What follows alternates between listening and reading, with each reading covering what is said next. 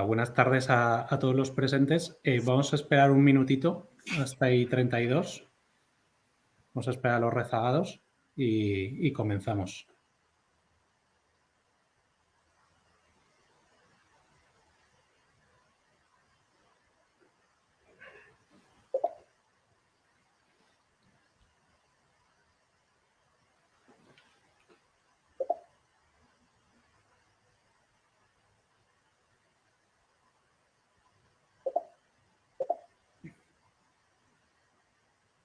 Vale, de acuerdo. Comenzamos ya. Buenas tardes a todos y gracias por asistir a este nuevo webinar de Improven. Un nuevo webinar donde, bueno, tal y como vemos en la imagen, vamos a dar nuestra opinión y vamos a ver cómo podemos asumir los retos de este 2022, esos grandes retos, ¿no?, que vemos en la foto como si fueran grandes montañas. Y lo vamos a hacer desde tres perspectivas. Desde una perspectiva más de aterrizaje, por así decirlo, para un poco repasar qué es lo que ha pasado durante estos 2 últimos años a nivel macroeconómico, a nivel de cliente y a nivel empresarial, para meternos más, digamos, en la parte de gestión desde un punto de vista más estratégico y más operativo, y desde un punto de vista más desde el punto de vista de desarrollo de personas. Para este webinar, como a nivel operativo, podéis hacer preguntas, consultas, lo que queráis, en la parte de chat o en la parte de preguntas, preferiblemente en la parte de preguntas, por organizarlo y canalizarlo solo por un lado. Y de todos modos tendréis tanto la grabación como la presentación en PDF durante el día de mañana, ¿de acuerdo? Antes de empezar, quería dar la bienvenida y las gracias tanto a mi compañera Amalia Belenguer de Inmerco como a mi compañera Flor Barone.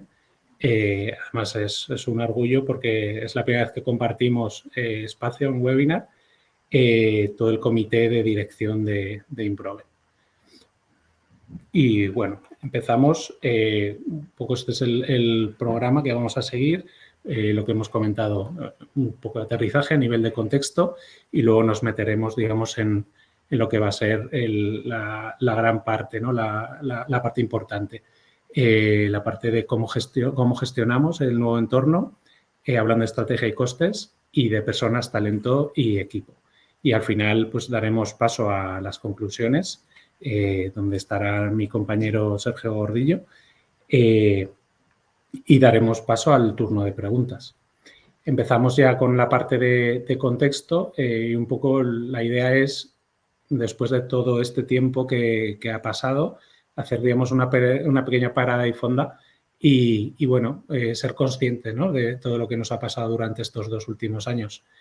¿Qué hemos visto? Pues a nivel, sobre todo macroeconómico, hemos visto una caída de 10 puntos, casi 11 puntos en 2020 del Producto Interior Bruto y una, obviamente, gran recuperación porque, digamos, había caído bastante de alrededor de 5 puntos en 2021.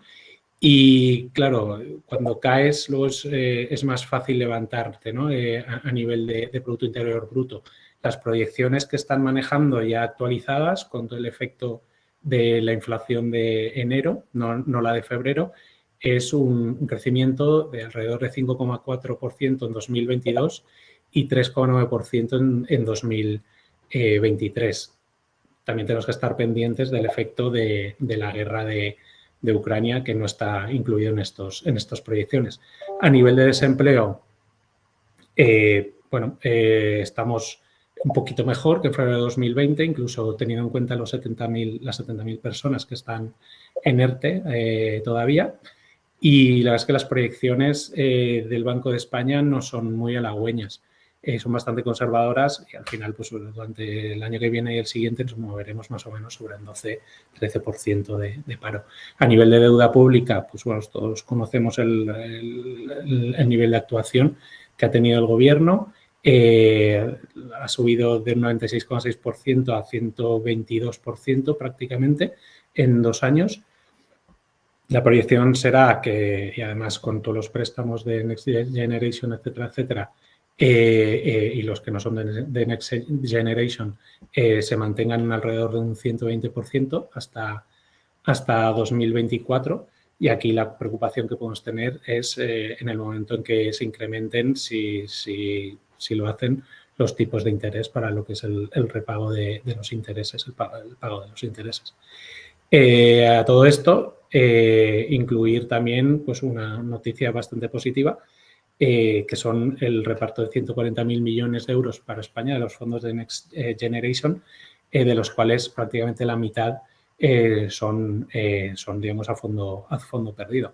Entonces, a nivel general, son datos que, bueno, podrían ser positivos, ¿no? O podrían parecer positivos, excepto el tema de la deuda pública, pero que en cualquier caso había sido necesario. Pero sí que es verdad que nos enfrentamos a un entorno dentro de este contexto macroeconómico ciertamente complicado. Hablamos de incrementos de costes de materias primas y suministro. Estamos hablando, en este sentido, de incrementos de pues, materiales, incluso el acero, aluminio, etcétera, entre el 60 y el 80%, incrementos del petróleo que ya ha llegado a estar en más de 110 euros, y también incremento de precios de otras materias primas, como por ejemplo los cereales, en este caso el trigo, que además esa subida viene acentuada porque dos de los mayores exportadores de cereales son Rusia y Ucrania, que están en guerra ahora mismo. También tenemos dentro de este contexto y dentro de esta colección de malas noticias, por así decirlo, la crisis de chips and chips, ¿no? De todo lo que es crisis de la cadena de suministro a nivel mundial, y la escasez de materiales, con incrementos del coste de transporte marítimo de hasta 600%, desde China, desde el Pacífico hasta el Mediterráneo. E incluso, digamos, un punto que puede unir estos dos problemas de incremento de coste de materias primas y crisis de suministro es que ya no es que sea más caro algunas materias primas, sino que incluso hay algunas que simplemente está empezando a haber incluso escasez, ¿no? Porque hay muchas empresas, mucha gente que está haciendo acopio y digamos, aunque sea a corto plazo, digamos, está agotando, ¿no? Los stocks en algunos proveedores. Y todo esto, por si fuera poco, pues, y también provocado por lo anterior, con el efecto de la inflación. Hemos visto inflación en enero y en febrero de en torno a un 6%, y ya no es solo el problema directo del incremento de precios, suministros, materias primas, etcétera, que sería lo que llamamos inflación de primera ronda, sino la potencial inflación de segunda ronda, que es cuando estos indicadores de IPC se apliquen a lo que sean las negociaciones digamos, con los trabajadores para los incrementos salariales de este año y del que viene, que es muy probable que provoquen una inflación de segunda ronda por el incremento de estos costes laborales. Y por si fuera poco, pues como hablábamos, ¿no? La guerra en Ucrania, la invasión de Rusia o de Ucrania por parte de Rusia, podemos considerar que a nivel de efectos de comercio exterior no es excesivo, porque digamos que España exporta alrededor de un 0,7% de todas sus exportaciones a Rusia e importa alrededor del 1,7%. Digamos que el gas que exporta de Rusia es menos de un 5% y el petróleo también. Pero sí que hay efectos directos que pueden ser bastante importantes, como son la importación de cereales. Estos dos países significan el 35% de las importaciones de cereales dentro de la Unión Europea, y otras materias primas, digamos, concretas, por ejemplo, arcillas o otros minerales que pueden afectar mucho, por ejemplo, a la industria cerámica. Y luego los efectos indirectos en cuanto al gas, el petróleo, que no directamente afectan al suministro en España, pero sí afectarán al incremento de sus precios, ¿no? a nivel global. Con lo cual, pues digamos que no son efectos directos, pero son efectos, digamos, muy sistémicos, porque tienen, sobre todo Rusia, mucho, aunque también en Ucrania en cereales, pero Rusia tiene mucho peso, ¿no? En todo lo que es el comercio de petróleo y gas, influye mucho su oferta en el precio global. En resumen, la tendencia continúa siendo positiva. Sí que es verdad que cuanto más acentúen los efectos, incremento de materias primas, inflación y la duración de la guerra de Ucrania, este crecimiento pues, se verá minorado y es posible que de unos 5 o 6% de tasa de crecimiento pues bajemos a un 2 o un 3. Sí que es verdad, se ha evitado el desastre. Hace un año y medio, 2 años, estábamos hablando de empresas zombie, de una recesión después del COVID, etcétera, etcétera. Y eso, por la política financiera y la política del Banco Central Europeo, pues se ha parado. Eso es una buena noticia. Sí que es verdad que tenemos, al menos coyunturalmente, y sí que es verdad que será para por lo menos un año, año y medio, una situación de precios de materias primas y suministro caros, con una situación de inflación, de altos precios de estos insumos. Hubo, por lo tanto, un incremento del coste de la vida y esto puede afectar a medio plazo en todo lo que es el consumo.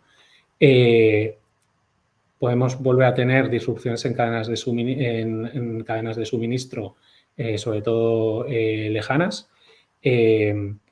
incluso escasez de productos y retrasos en entregas, con lo cual aquí es posible que sea necesario estocar más en algún caso o cambiar los orígenes de los proveedores. Vamos obviamente, a una mayor digitalización y, por lo tanto, el resumen de todo esto es que vamos a una situación y nuevamente de volatilidad.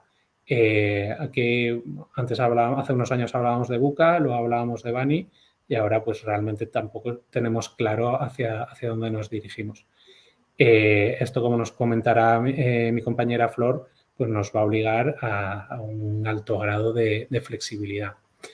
En cuanto al consumidor, pues que estamos viendo un incremento de digitalización, teletrabajo, mayor eficiencia también, un cambio en lo que es la filosofía del trabajo y en el control de los trabajadores. Un consumidor acostumbrado a cambios esquizofrénicos. Cuando hablo de cambios esquizofrénicos, hablo de cambios en lo que son las costumbres. Ahora nos dejan salir a la calle sin mascarilla, hace un mes no. Las restricciones en los restaurantes se incrementan y se reducen con gran velocidad y la verdad es que el consumidor se ha acostumbrado bastante a estos cambios. También habituado a un servicio rápido por, digamos, la costumbre de pedir online. Digamos, ha habido un incremento en lo que es la tasa de ahorro durante la pandemia. El consumidor se ha vuelto más conservador, piensa en el futuro y ahí está muy relacionado con el incremento de la tasa de ahorro. Digamos, tiene mayor valoración de lo que es el precio, porque ha tenido más tiempo para comparar, de una manera digital seguramente, aprecia más la disponibilidad y el plazo de entrega. Y eso forma parte de un triángulo, precio, disponibilidad y plazo de entrega, que tenemos que estar dispuestos a jugar en él, ¿no? Vuelve, digamos, back to basics, ¿no? Importancia de lo básico, salud, bienestar, familias, etcétera, etcétera. Vamos a estar también por inercia, y esto se irá reduciendo poco a poco, pero vamos a tener 1 o 2 años, digamos, de más necesidad de estar en casa, de menos viajes. De hecho, si vemos el gráfico a la derecha, que es de diciembre de 2021 de Nielsen, es en lo que son las intenciones de gasto para los próximos 12 meses, todo lo que es fuera de casa, entretenimiento fuera de casa, viajes, incluso restauración fuera de casa, se reduce y aumenta más todo lo que es servicios y consumo dentro del hogar. Y también un punto importante es una mayor sensibilidad con causas, por así decirlo, comunes, ¿no? En cuanto a más sensibilidad a temas de cambio climático, crisis humanitarias, etcétera, etcétera. A nivel de los retos que van a tener las empresas, y esto sirve también como introducción para la parte de mis compañeras Flor y Amalia, pues digamos que van a continuar o van a tener la necesidad de continuar con la mentalidad de estado de guerra, de estar alertas, de estar controlando lo que ocurre en el mercado, lo que ocurre a nivel macro, lo que ocurre a nivel de mercado, a nivel de cliente, estar muy en contacto con el cliente. Muchos clientes incluso nos plantean, oye, pero ¿vale la pena hacer presupuestos? ¿Vale la pena hacer plan estratégico? Bueno, aquí adelantamos que sí, pero Flor nos dará un poquito más de información. Es necesario también aprovechar las oportunidades. Todos parece un claim muy común, pero es verdad que digamos que en tiempos de cambio se producen o existen o surgen muchas oportunidades. Tenemos que estar atentos, pero también vigilando todo lo que es la inversión, ¿no? en CAPEX y en OPEX. Hablaremos luego de un modelo de negocio flexible, de la necesidad de ser rápidos. Deberíamos ser muy honestos y muy autocríticos en, digamos, todo lo que es rentable y todo lo que no es rentable. Y aquí hablamos de producto, familia producto, unidades de negocio, hablamos de delegaciones, hablamos de países, etcétera. Todo lo relativo a responsabilidad social corporativa y temas de valores dentro de lo que es el marco de la marca y de la comunicación no será una opción y además tendrá que ser muy honesto y conectando con los trabajadores, con los proveedores y obviamente con los clientes. Tendremos que darle un repaso a la parte de procesos e indicadores y digitalizando todo lo que sea, digamos, automatizable y sobre todo lo que tenga poco valor. Tenemos que volver o hacer una reflexión sobre lo que es realmente el foco de nuestro negocio, es decir, dónde realmente aportamos valor y dónde no aportamos valor. Y, por supuesto, y aquí Amalia nos va a ampliar muchísimo más, pues cuidar el talento, ¿no? Son tiempos complicados, son tiempos de incertidumbre y necesitamos un liderazgo distinto, un liderazgo que sea muy comunicativo, que transmita mucho, que la gente sepa lo que ocurre y por qué ocurre y que nos permita reforzar al equipo, que el equipo salga fortalecido de todo esto. Y doy paso a mi compañera Flor. Buenas tardes a todos. Bueno, bienvenidos a este webinar, como ha dicho Guillermo. Ahora os compartiremos un poco cómo entendemos que podemos gestionar todo esto ante este contexto de nuevamente volatilidad que comentaba Guillermo. Y al final un poco lo que queremos compartir con vosotros es que entendemos que esto ha venido para quedarse, ¿no? Los ciclos, entendemos, serán cada vez más cortos. Estamos caminando hacia un nuevo mundo donde hay nuevos paradigmas, donde hay nuevos riesgos globales, donde hay nuevas formas de ver la vida y entender la vida, y todo esto nos va a influir en el contexto en el que operamos, ¿no? Y este es el nuevo paradigma en el que tenemos que gestionar nuestras empresas. Y comentábamos antes, decía Guillermo, bueno, si presupuestos, si plan estratégico, seguimos pensando con una visión a largo plazo. Sí, entendemos que sí, porque tenemos que reflexionar acerca de cómo elevar la competitividad de nuestra empresa. No podemos quedarnos solamente en la gestión del corto, que ahora evidentemente hay que ponerle más foco, como decía Guillermo, de poner foco en el control del negocio, pero tenemos que seguir reflexionando con una visión a largo plazo para dar ese salto cualitativo que nos permita elevar nuestro modelo de negocio, ¿no? Y en este punto comentaba Guillermo, bueno, el papel que ahora toman los valores, la responsabilidad social corporativa, el tema de gobernanza, el tema de nuestro impacto social como empresa, cuál es nuestro para qué como compañía, todo esto sigue estando vigente, aunque es verdad que debemos modular la gestión y la planificación con un horizonte más a corto, ¿no? A corto y a mediano plazo, ¿no? Y en este punto, desde nuestra visión, entendemos que hay 3 grandes claves en este nuevo contexto que necesitamos trabajar como organización. Y uno de los puntos es la identificación de estos riesgos, ¿no? Al final, bueno, ¿cómo va a afectar esta inflación continua en mi negocio? ¿Cómo va a afectar mi caja? ¿Cómo va a afectar mis márgenes? Bueno, cómo puede llegar a afectar una recesión en Europa ante un contexto inflacionario, qué pasará si nos enfrentamos a nuevas pandemias, o sea, ahora vivimos en un mundo globalizado y todo nos afecta, y cómo actuaríamos en caso de que al final la guerra se pudiese extender a Europa, ¿no? Entonces, todo esto es importante que reflexionemos qué puede llegar a tener mayor impacto y probabilidad de ocurrencia y trabajar en planes de contingencias para estar preparados, ¿no?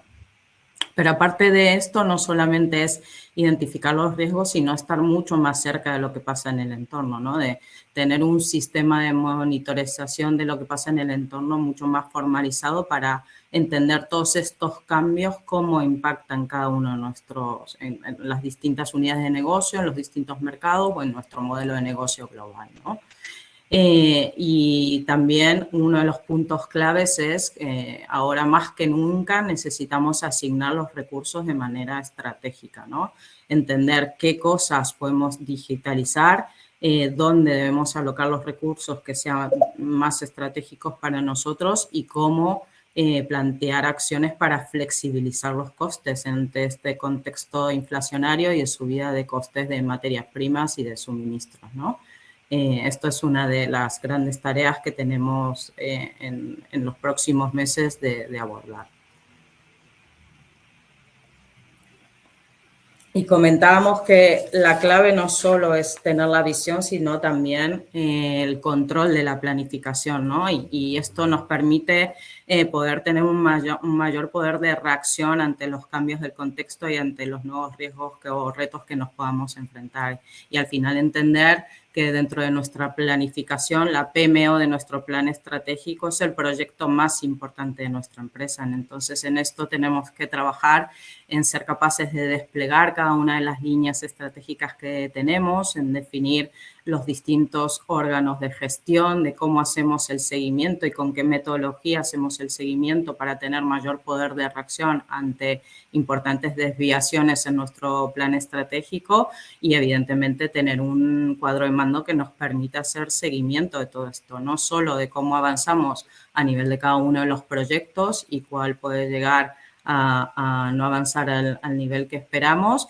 sino también una visión de cómo vamos alcanzando, cómo nos vamos acercando o no a los objetivos estratégicos que nos planteemos. Al final, estamos hoy en un momento que nos genera mucha incertidumbre a todos, pero es verdad que hace 2 años, más o menos a esta fecha, estábamos en cerrar el país, cerrar el mundo, separar la fábrica del mundo, y hoy después de 2 años estamos aquí, ¿no? Es entender que también tenemos que empezar o saber convivir con la volatilidad, ¿no? Y en esto, evidentemente, tener una buena PMO de nuestra estrategia nos ayuda a poder reaccionar más rápidamente. Y nos ayuda también a aprovechar las oportunidades, porque ante todo contexto de crisis surgen muchas oportunidades, ¿no? Hablaba Guillermo antes del aumento o la escasez de ciertas materias primas por el peso que tiene, por ejemplo, Rusia o Ucrania en el tema del abastecimiento de los cereales. bueno, aquí podría surgir oportunidades para España en volver a coger una posición a nivel de productor de materias primas o cereales. Hablábamos, o el otro día las noticias comentaban de este peso que se le quiere dar a España como ser un motor principal para el desarrollo de energías renovables. Bueno, surgirán muchas oportunidades a partir de estas crisis, ¿no? Y tener un seguimiento mucho más a corto y mucho más controlado de cómo vamos y cómo impacta el contexto en nuestra organización nos permite también tener un modelo más flexible y más ágil, ¿no? Para poder aprovechar las oportunidades que en toda crisis se generan, ¿no? También oportunidades de compras y fusiones, de qué otros nuevos modelos de negocios podemos plantear, qué tipo de nuevos clientes o cómo va modificando esto el cliente y qué nuevas oportunidades alrededor de sus nuevas necesidades surgen. Bueno, y esto nos permite tener esta posibilidad de poder aprovechar estas oportunidades para incorporarlo en nuestro negocio, ¿no? Y decíamos antes que uno de los puntos claves era el tema de asignar estratégicamente los recursos, ¿no? Y por eso decimos que la reingeniería de procesos se ha vuelto a poner de moda, ¿no? Nosotros entendemos que los procesos hoy toman un papel de relevancia para permitirnos entender qué procesos en función de su capacidad de automatización y en función de su aporte de valor debemos digitalizar. Y esto nos permita, evidentemente, mejorar la eficiencia y, aparte, facilitar los procesos y dotar de agilidad a la organización, ¿no? También nos permite entender qué procesos debemos focalizar los recursos, dónde debemos centrar los esfuerzos y los recursos porque aporten mayor valor a la compañía y no sea posible poder digitalizarlo y nosotros tengamos que poner más recursos y esfuerzos en esas tareas. Pero también nos permite identificar qué procesos podemos flexibilizar, qué procesos podemos plantear de cómo medidas de externalizarlo o medidas de flexibilizar o adecuar los niveles del costes en función de la demanda, nos permite este tipo de reflexiones, ¿no? Entonces, para nosotros este punto es un punto troncal en la gestión ante contextos de incertidumbre como podemos estar ahora o contextos de mayor volatilidad, ¿no? Pero es verdad que también en momentos más estables entendemos que la reingeniería de procesos es un punto clave que nos permite valorar la evolución del negocio a nivel de digitalización, que lo veremos más adelante.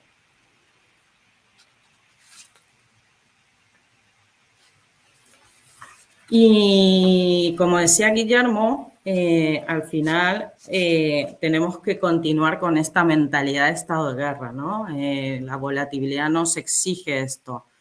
Con esta mentalidad de estado de guerra o esta mentalidad de gestión del céntimo, que también nos gusta decir, ¿no? De entender cómo todos los ámbitos de la organización al final deben aportar a generar mayor valor, ¿no? Y esto, evidentemente, tiene que estar orientado siempre poniendo al cliente en el centro y debemos definir nuestra propuesta y ajustar nuestras propuestas, nuestros costes, nuestros recursos hacia poniendo al cliente en el centro, pero todas las acciones que hagamos, tanto a nivel de crecimiento como a nivel de eficiencia, tienen que estar orientadas a la maximización del valor, ¿no? Y sobre todo en este contexto que estamos ahora. Entonces, entendemos que es importante seguir pensando en planes de crecimiento. Como decíamos antes, hay oportunidades en todas crisis, pero focalizando en el valor y en el potencial que entendamos que nosotros generamos y el potencial del mercado donde veamos mayor desarrollo. Orientar esos planes de crecimiento a la diferenciación, a mejorar la experiencia, a entender cómo afecta la sensibilidad de nuestras ventas ante las subidas de los precios, cómo afecta a nuestro negocio y cómo podemos reorientar la venta a productos donde haya menores sensibilidad o mayores márgenes, que comentaba antes Guillermo.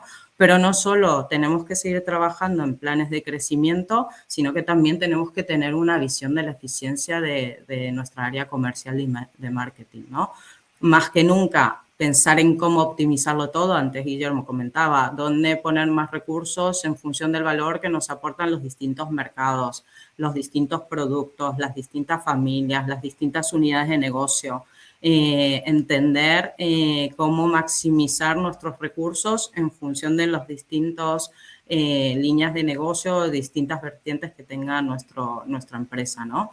Entender cómo podemos potenciar la digitalización a lo largo de todo el proceso comercial y de marketing. La digitalización no es solo desarrollar cuadro de mandos o cambiar RP, sino que puede ser una herramienta muy potente para ayudarnos a mejorar la eficiencia del proceso comercial y de nuestra inversión en el marketing, ¿no? El ROI como KPI clave en la gestión de nuestros recursos en general, pero en particular en marketing y en comercial. Y preguntarnos si realmente tenemos una metodología y un dimensionamiento comercial eficiente y orientado a la generación de valor y dimensionado de una manera objetiva, ¿no?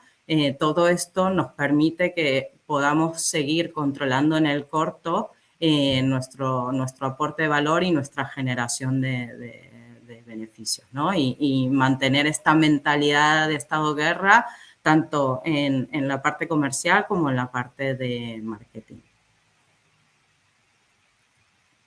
Y evidentemente continuar con la mentalidad de guerra en la parte de las operaciones, ¿no?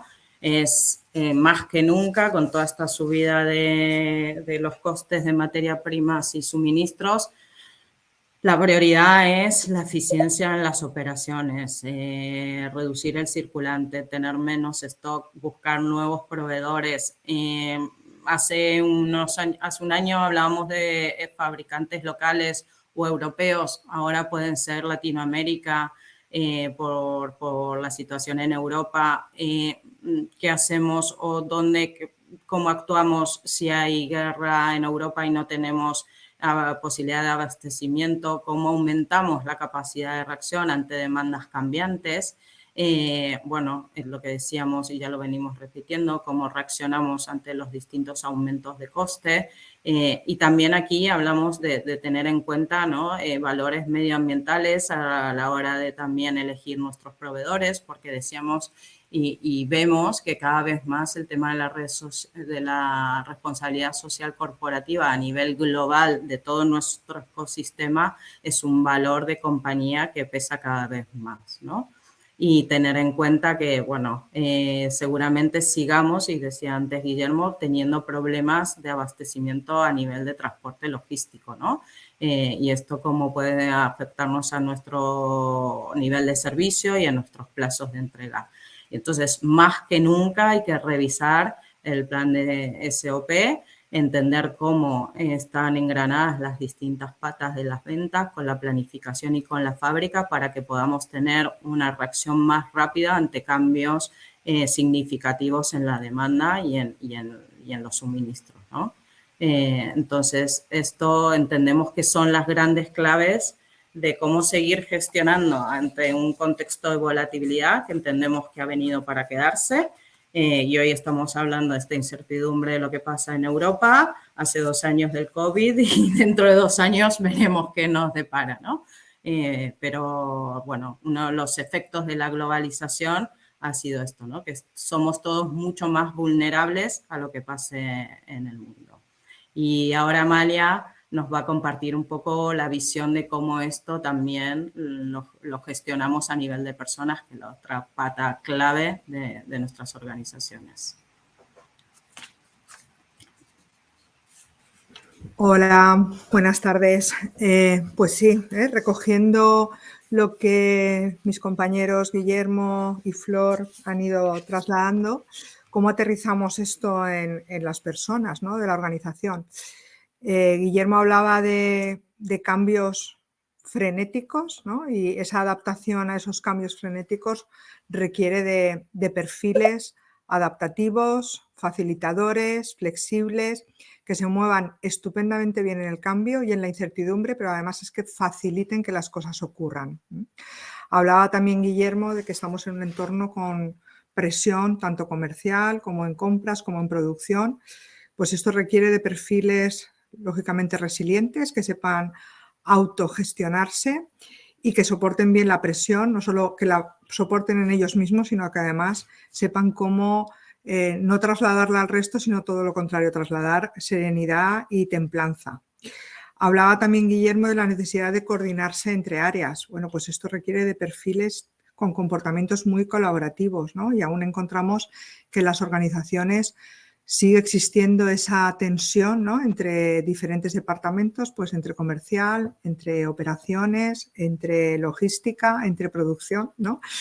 Pues vamos a requerir de que las personas tengamos esos comportamientos más colaborativos, que son los que nos van a ayudar a que las áreas estemos más coordinadas y, por tanto, podamos dar respuesta ante estas situaciones más complejas. Hablaba también Guillermo y Flor de cuidado del talento, ¿no? ¿Qué es esto de cuidar el talento? Pues hablamos de escuchar, de estar muy atentos a los cambios en sus expectativas, adaptar entonces nuestra propuesta de valor a las diferentes expectativas y a las diferentes necesidades, no solo en las diferentes situaciones como ahora veremos, sino también a los diferentes momentos vitales y a los diferentes perfiles con los que contamos en la organización. Y también es necesario reforzar el equipo, y reforzar el equipo no siempre significa tener más personas, ¿no?, incrementar el número de personas, sino que significa definir muy bien qué tipo de perfiles necesito, evaluar dónde estamos internamente respecto a estos perfiles, favorecer el desarrollo para conseguir la adaptación a estos perfiles que necesitamos, y cuando el desarrollo no es posible, pues tener que tomar decisiones y tener que tomarlas sin demorarlas porque hay prisa, ¿no?, y porque el entorno requiere de esa agilidad.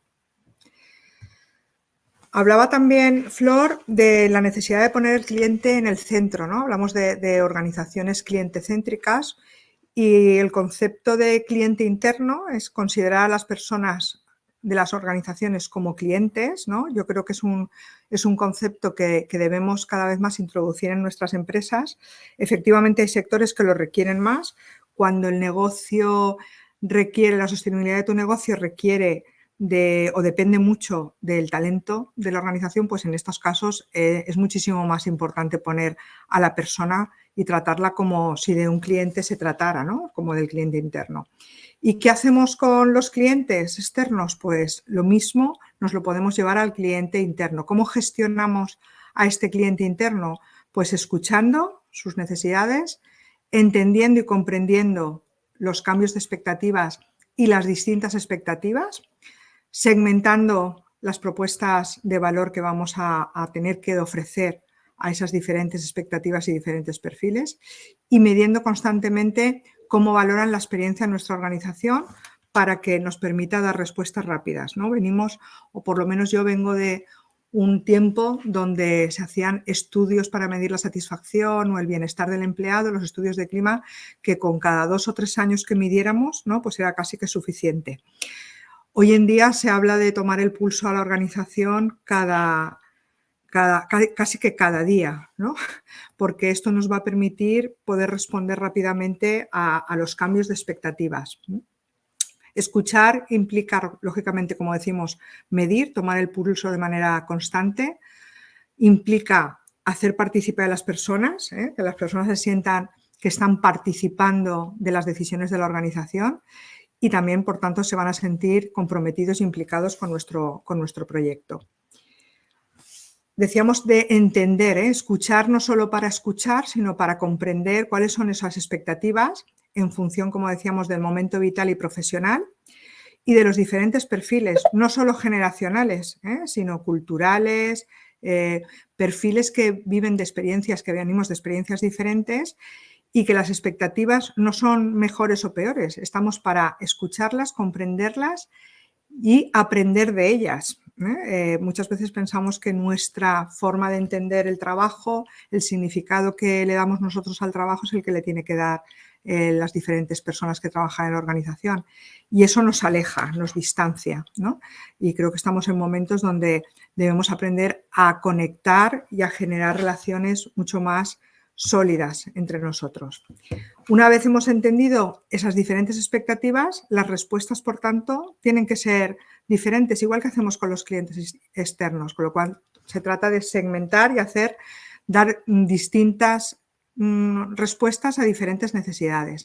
Aquí os poníamos aquí el ejemplo de estudiamos qué estamos necesitando, cuáles son las expectativas de las personas que trabajamos en Improven y efectivamente tuvimos que hacer propuestas de valor diferentes en función del nivel. Pues quizá el nivel senior está esperando determinados aspectos que para un nivel más consultor o para un nivel más manager son diferentes. No podemos generar propuestas de valor únicas. El concepto de el café para todos nos sirve también nos ayuda con el cliente interno. Y por tanto medir. Y medir la experiencia o el viaje del empleado también es una herramienta que nos traemos del marketing. Medir el viaje a lo largo de la experiencia del empleado en nuestra organización, desde su incorporación hasta su crecimiento, toda su experiencia en el día a día, hasta su salida. Y ver qué momentos le están generando satisfacción, qué momentos le están generando dolor, para aprender y definir expectativas y, como vemos en el gráfico de la derecha, expectativas diferentes para niveles de satisfacción diferentes. ¿Cuáles son estos aspectos que con todo esto podemos destacar del momento actual en cuanto a lo que sería esta gestión o cuidado de las personas? Hay una idea clara y es que el mercado laboral está agitado. ¿Y esto qué quiere o cómo lo interpretamos? Pues que efectivamente tenemos ganas de escuchar. Tenemos ganas de escuchar otras posibilidades. Se habla de la gran renuncia. Estoy en un trabajo estable que me satisface, no tengo un entorno complicado. Hasta ayer estaba sin plantearme ningún tipo de cambio, pero tengo ganas o estoy abierto a escuchar, Eso que hace que las empresas tengamos que desarrollar herramientas o prácticas que nos permitan, que garanticen o nos ayuden a que el talento quiera permanecer con nosotros, porque eso de retener es como muy cautivo, sino que se trata de qué podemos hacer para que la persona quiera por su propia voluntad y decisión permanecer con nosotros. Y las otras empresas que saben que el talento está en movimiento, pues están también desarrollando herramientas para captar o para atraer ese talento. Hablamos de flexibilidad laboral más allá del teletrabajo, es decir, efectivamente la época que hemos vivido nos ha hecho hablar mucho de teletrabajo, pero tan solo el 35% de la población laboral puede teletrabajar. Sabemos que hay muchos trabajos que son imposibles de hacerlos desde casa, con lo cual, donde se pueda sí, pero ampliemos la mirada y hablemos más de flexibilidad. Cuando hablamos de teletrabajo, realmente lo que estamos hablando de los beneficios es de la gestión del tiempo que nos permite, de la autonomía, y eso nos hace que tengamos que ser más innovadores y ser capaces de generar otras medidas que hagan que el trabajador sienta que me ofrecen flexibilidad. En este sentido, un cambio de paradigmas, no al presencialismo, y aquí tenemos que luchar muchas veces o que enfrentarnos con maneras de gestionar las personas un poco anticuadas, con una falta de confianza. Pues el presencialismo ya no es una medida que esté de moda, dijéramos, ni tenemos por qué ponerla en valor porque realmente hay otros elementos que nos pueden ayudar a ser muchísimo más eficaces. Hablamos también de estructuras organizativas planas, que por tanto requieren de una forma diferente de organizarnos. Es más sencillo a veces cuando las estructuras son verticales. Yo tengo un jefe que me dice lo que tengo que hacer, que a su vez tiene un jefe que le dice lo que tiene que hacer. Cuando hablamos de organizaciones mucho más horizontales, pues tenemos que aprender a organizarnos y a relacionarnos de una manera diferente. Y por tanto también requerimos de una nueva forma de liderar desde la confianza y de dirigir en función de objetivos, y no tanto garantizando el control temporal. Hablábamos de expectativas laborales distintas, escuchamos y hoy en día efectivamente, sobre todo las nuevas generaciones, no están buscando lo que buscábamos en su momento otras generaciones.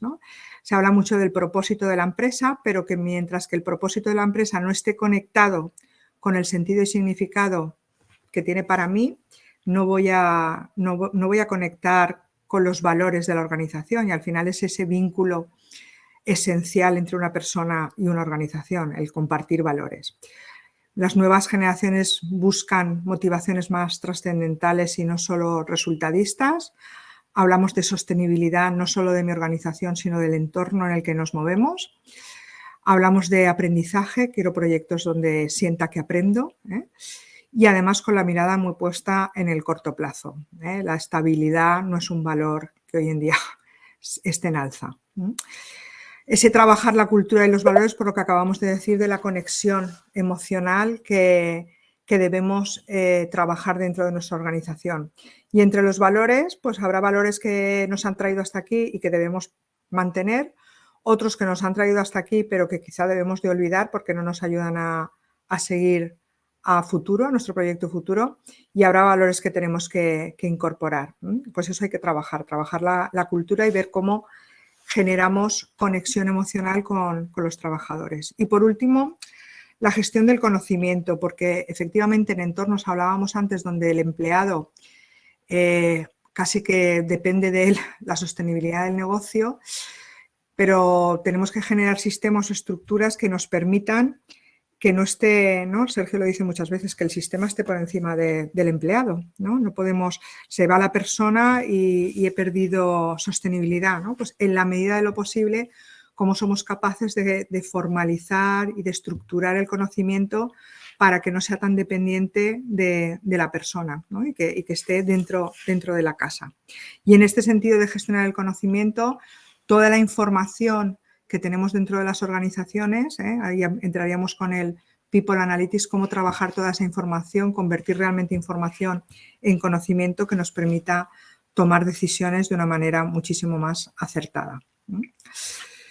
Y hasta aquí tenía ganas de compartir con vosotros. Doy la palabra a Sergio, que entiendo que hará unas maravillosas conclusiones. Gracias, Amalia, por la confianza, ¿no? Y al final lo que han compartido pues, Guillermo, Flor, Amalia, ¿no? Hay un montón de datos, hay un montón de ideas, hay planteando de modelos organizativos, modelos de gestión, bueno, todo este puzzle, ¿no? Al final, básicamente, cómo poder ser capaces de resumirlo, ¿no? Pues bueno, he querido poner todo esto en esta slide, que sí que es verdad que aparentemente, pues bueno, no deja de ser una nube de puntos con un montón de información que nos agobia, y que, bueno, que hace referencia a esa necesidad de cambiar y de adaptarnos al cambio más rápidamente, que el propósito en esa visión a largo plazo es algo que tiene que formar parte de nuestro modelo de gestión y de liderazgo, que el cliente es más cortoplacista, esquizofrénico y también omnicanal, y que el precio es más importante en su toma de decisiones, que va a haber una falta de materia prima, además de un incremento de los costes, que todo esto no va a poder derivar en el precio de venta y eso va a tener sin duda un impacto muy fuerte en los márgenes y finalmente en tesorería. Incluso podemos adelantar que habrá potencialmente una reducción de volumen de negocio y, por tanto, al final afectará a una potencialidad sobre estructura, que van a ir desapareciendo cada vez más intermediarios. Al final estamos encontrando que la cadena de valor o aportas o va a desaparecer porque el margen que te quedabas va a necesitar que se lo queden los que están aportando más valor.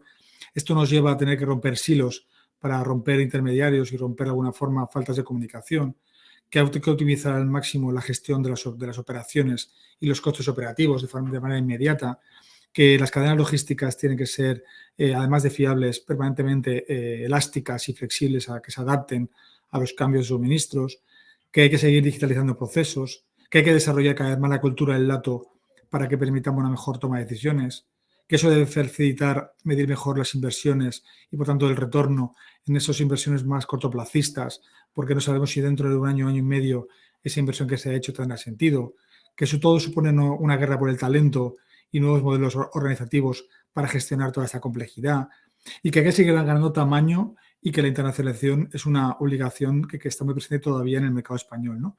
Todo esto no hace más que obligarnos, sí, a ser mejores empresas, ¿no? Y cada vez mejores empresas para gestionar un entorno altamente complejo y competitivo, ¿no? Y que en este caso, algo que aprendimos en el pasado, en la crisis de 2008, que desde que detectas la ansiedad de cambiar hasta que lo ejecutas, pasa mucho tiempo, ¿no? En aquel momento veíamos que hasta casi 2 años se tardaba desde que se veían las primeras, digamos, sombras hasta que la gente se ponía en marcha, ¿no? Ahora, por suerte, desgracia, no tenemos tanto tiempo y hay que tomar decisiones veloces, afrontar los hechos de verdad, y si me ha caído la actividad un 30%, un 20%, debo tomar decisiones. Si de alguna forma tengo que tomar decisiones para afrontar el corto plazo, tengo que hacerlo, pero con esa visión a largo plazo, ¿no? Sabiendo que estamos montando un negocio que queremos que sea sostenible, que vaya más allá, pero actuando en el corto, ¿no? Y comunicación, ¿no? Al final, comunicación tanto a nivel de escucha, a nivel de compartir visiones, a nivel también de explicar el porqué de las decisiones y que la gente entienda el porqué y el para qué de todo esto, ¿no? Que hay que seguir trabajando en esta mentalidad de estado de guerra, estado de alguna forma de complejidad y de dificultad, y que hay oportunidades que se van a ir presentando porque de alguna forma esto va a afectarnos a todos y va a depender de quien tome decisiones que sepa aprovecharlo, y que la caja para nosotros al final es el gran indicador, ¿no? Al final la caja nos permite tener claro el tiempo que tenemos y cómo está evolucionando esa caja como principal indicador de la salud del sistema, ¿no? Y sí, además, con todo esto, aprender a disfrutar, ¿no? En qué medida es un entorno tan complejo que no puede ser sufriendo permanentemente, habrá días buenos, habrá días malos, pero sí aprender incluso con toda esta complejidad, a aprender a disfrutar en equipo y a aprender a disfrutar a gestionar la compañía, ¿no? Y con este marco, ¿no? Cada vez más tenemos que tomar decisiones más rápidamente, con datos, con hechos, viendo el largo plazo y sí, ser mejor empresa, ¿no? Y en este caso, tener un plan, aunque sea para volver a cambiarlo. Porque está claro es que en la vida no se puede ir con absoluta improvisación, sino teniendo claro qué empresa quiero ser, para qué existo, cuál es mi vocación de existencia a largo plazo y cómo el temporal lo tengo que ir capeando en el corto plazo. Y que los buenos, el talento bueno, jamás tenga miedo por su trabajo y por su incorporación, y que entre todos juntos seamos capaces de ir bordeando este temporal que tenemos por delante. Así que encantado por nuestra parte de haberos servido un poquito de guía para recordar cómo afrontar el corto plazo y en qué medida serviros de referencia para que cada uno en su día a día sea capaz de tomar las mejores decisiones, ¿no?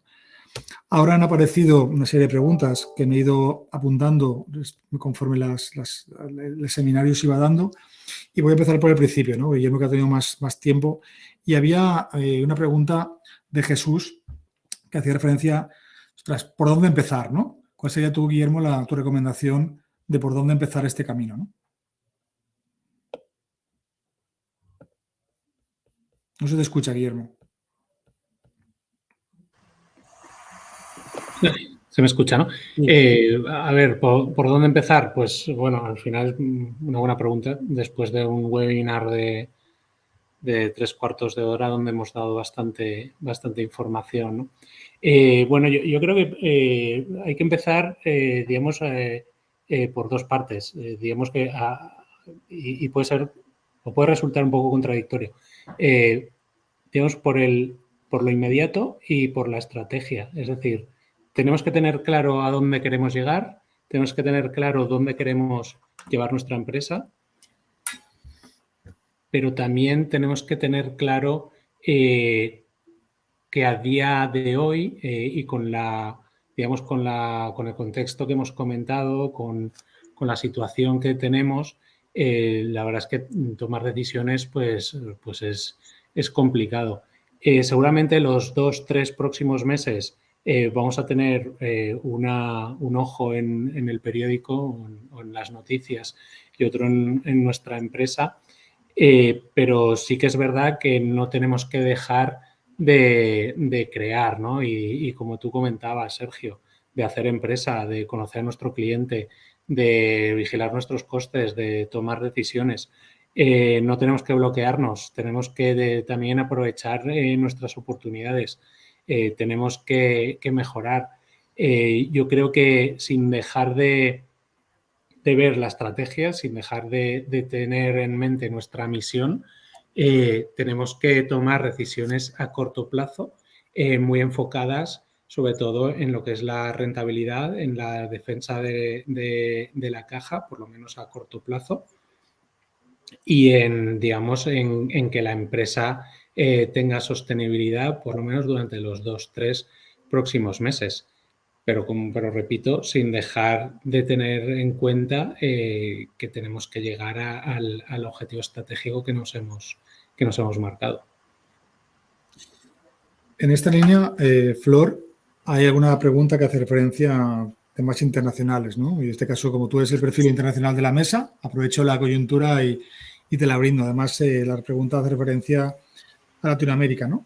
Bueno, si hay alguna consideración en cuanto a qué países o zonas consideras que pueden tener más o menos, digamos, relevancia para hacer foco en export, en import, en logística, en producción local. Es decir, alguna recomendación en este marco de abordar en Latinoamérica o incluso a nivel internacional.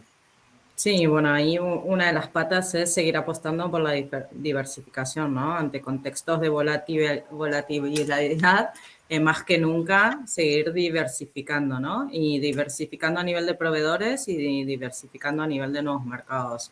A nivel de proveedores o oportunidades de nuevos mercados para comprar materias primas, bueno, sabéis que en Latinoamérica es un mercado, una zona geográfica donde hay mucho desarrollo del tema de cereales y hay buenos tratados de comercio internacional con todo lo que es el Mercosur, con el corredor colombiano-peruano y hay una posición comercial muy fuerte y estable con México, ¿no?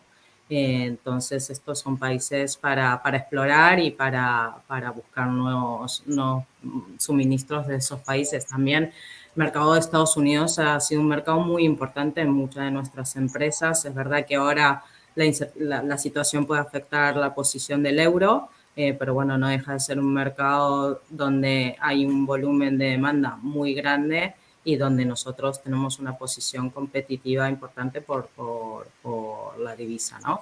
Es verdad que todo esto genera incertidumbre, pero bueno, también es verdad que desestabilizar Europa o que haya una inestabilidad muy grande en Europa tampoco geopolíticamente le conviene a nadie. Y hay que tener, ¿no?, una visión en corto plazo, como decía Guillermo, de los próximos 3 meses, de estar muy cerca del negocio, pero sin dejar de apostar al futuro, ¿no? Entonces, bueno, como recomendaciones a nivel mercados interesantes para vender, podríamos hablar de un México, un Estados Unidos, Colombia está creciendo muchísimo, mercados interesantes para comprar, todo lo que tiene que ver más con Latinoamérica y México en algunos productos también es muy interesante. Sí, aquí quiero añadir también, por planes que hemos hecho de desarrollo internacional, que otra vez, para abordar un país a nivel internacional, eso tiene que ser marco, digamos, de qué tipo de empresa quieres ser, ¿no? Por tanto, eso hace referencia a ser internacional, es una decisión estructural y es verdad que ahora de alguna forma es algo, nunca es tarde para empezar, pero también son elementos que tienen su retorno a medio y largo plazo, ¿no? Con lo cual esto va ligado a, tengo claro que quiero ser una empresa internacional, tengo claro que quiero de alguna forma diversificar en mercados, en compras y en ventas, y eso forma parte de mi estructura de forma de compañía, ¿no?, y de cultura, ¿no? Y por tanto eso es una acción a corto, pero muy ligada con el largo plazo. No se puede abordar un mercado para algo coyuntural, sino tiene que ser algo estructural per se en la empresa, ¿no? Pues esa visión a largo con decisión a corto, ¿no? Y perdona, Amalia, aquí hay un par de preguntas de Verónica que, bueno, hace, digamos, con algunas matizaciones la misma pregunta con dos matices, ¿no? Hace referencia a la gestión del cambio, ¿no? Cómo en este entorno, digamos, que de cambio constante o de cambio de alguna forma permanente que vivimos, cuando hay modelos directivos que has ido hablando de que están ya obsoletos, parece mentira que aún quedan, pero aún quedan, bueno, cómo poder ser capaz de gestionar o de incentivar o de catalizar que haya potencialmente estos cambios y si no cambian, ¿qué hacer? Y al mismo tiempo hay entornos que requieren una parte todavía presencial muy relevante o que básicamente el 100% es presencial. Bueno, pues supone también, digamos, gente que se queda, por ejemplo, como que en segunda división, ¿no? Como que hay gente que trabaja en un entorno híbrido y que hay otros que de alguna forma están en un entorno físico, ¿no? Entonces, bueno, es gestión del cambio, ¿no? Gestión del cambio hacia modelos más... De dirección, ¿no?, diferentes. Y luego este plano de que hay como dos niveles en la empresa. Dos realidades. Teletrabajar y los que no, ¿no? Vale. Sí, pues si quieres empiezo por el tema del liderazgo y de la dirección, que como sabemos, y aunque nos parezca mentira, hay mucho más aún obsoleto que actual, ¿no? Yo creo que es un tema que el tema del liderazgo sigue estando de moda y creo que siempre lo estará porque requiere de una continua adaptación y ahora requiere de estilos muy basados en la confianza. Para mí lo que trabajamos, ¿no?, es trabajar mucho los modelos de confianza, de confiar en las personas, pero para mí es un tema bidireccional, porque uno no confía y por tanto no delega y no se fía de que la gente no esté trabajando en su silla hasta que realmente la otra parte también asume responsabilidad, sabe autogestionarse, es proactivo, se orienta a resultados sin tener que tener a alguien detrás que te está diciendo, con lo cual el tema lo estamos resolviendo trabajando en esos dos ámbitos. Por un lado, trabajar mucho el modelo de confianza por parte del directivo hacia un estilo más basado en la confianza que en el control, pero paralelamente tenemos que trabajar con los equipos para que muestren y visualicen más en la asunción de responsabilidad, la autogestión, el soy capaz de sin que tú estés ahí, ¿no? Entonces, cuando eso se produce, pues el cambio se va generando. Solo con cambiar una parte no es suficiente. Y respecto a entornos de trabajo, como hemos dicho, no es todo teletrabajo, porque tan solo decía el 35% hoy en día son trabajos que permiten el teletrabajo, y ahí es donde decía que tenemos que hablar más de flexibilidad. Y cuando hablamos de flexibilidad es como romper ciertos esquemas, ¿no? Me venía a la cabeza trabajos que a priori, ¿no?, son presenciales, pero como en su momento con una gran empresa de distribución de nuestra comunidad, ¿no?, trabajábamos y pusimos en marcha el tema de los turnos. A priori uno entraba por la mañana a trabajar a las 8 y salía cuando cerraba la tienda a las 8 de la tarde, ¿no?